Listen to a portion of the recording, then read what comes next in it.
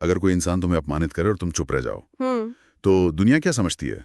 यही कि तुम हार गए। लेकिन क्या ये हमेशा सच होता है? हम्म आज हम जिस मटेरियल पे बात कर रहे हैं ना, हम्म वो इसी इसी धारणाओं को पलट देता है। हम्म हमारे पास the silent triumph of self mastery नाम के एक टेक्स्ट से कुछ हिस्से हैं, हम्म और उसमें एक लाइन है, कुछ जीते शोर नहीं करती।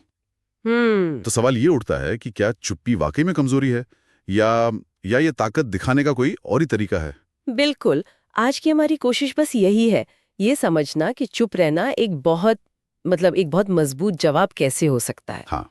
ये जो कहानी है, ये एक ऐसे इंसान की है जिसने बिना कुछ कहे एक तरह से दुनिया को ही झुका दिया। अच्छा। और ये हमें हमारी जीत और हार की परिभाषा पर भी सोचने पर मजबूर करती है। और सबसे दिलचस्प बात क्या बताए, कहानी का जो हीरो है वो कोई संत या राजा नहीं है। हाँ, एक आम इंसान। बिल्कुल, हम जैसा, आप जैसा। और शायद इसीलिए ये कहानी इतनी भरोसेमंद लगती है ना? लोग उसे लगातार नजरअंदाज करते रहें, उसकी खामोशी को उसकी हार मानकर चलते रहें। और यहीं पर बात सबसे दिलचस्प हो जाती है कि वो उन अपमानों से निपटता कैसे है। हाँ, कैसे?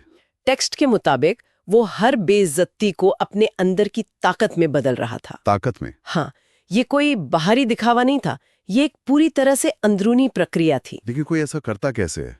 सिर्फ अपमान को नजरअंदाज कर देना, या इसमें कुछ और भी है? क्योंकि सुनने में तो ये बहुत मुश्किल लगता है। ये सिर्फ नजरअंदाज करना नहीं था, ये सोच को बदलने का एक तरीका था। अच्छा। सोर्स बताता है कि वो हर ताने को वो उसको सामने वाले की अपनी असुरक्षा का सबूत मानता था। ये उनकी प्रॉब्लम है, मेरी नहीं। बिल्कुल। और इससे उसे अपने मन की शांति को और मजबूत करने में मदद मिलती थी। तो एक तरह से वो दूसरों की नेगेटिविटी को अपनी शांति का ईंधन बना रहा था। वाह! तो ये लड़ाई को बाहर से अपने अंदर ले आने जैसा है। और शायद इसी से वो सबसे दमदार लाइन निकलती है जिसने मुझे सोचने पर मजबूर कर दिया था। कौन सी? जो खुद पे जीत हासिल कर ले, उसे दुनिया से लड़ने की जरूरत नहीं पड़ती। ये सेल्फ कंट्रोल की जीत है। सही पकड़ा। उसने जवाब ना देना चुना। ये उसकी मजबूरी नहीं थी। सही बात है। और सच तो ये है कि गुस्सा जाहिर करने से कहीं ज्यादा हिम्मत वो खुद को शांत रखने में लगती है। लेकिन एक सवाल मन में आता है, क्या ये तरीका हर हाल में काम करता है? मान लीजिए कोई आपके काम पर या आपकी सुरक्षा पर ही सवाल उठा रहा हो, तब भी क्या चुप रहना सही है? ये बहुत जरूरी सवाल है। सोर्स इस पर सीधे तौर पर तो कुछ नहीं कहता, लेकिन कहानी का जो अंत है वो शायद इसका जवाब देता है। अच्छा। वहां लिखा है, समय बीता, जो हंसते थे वही सिर झुकाने लगे।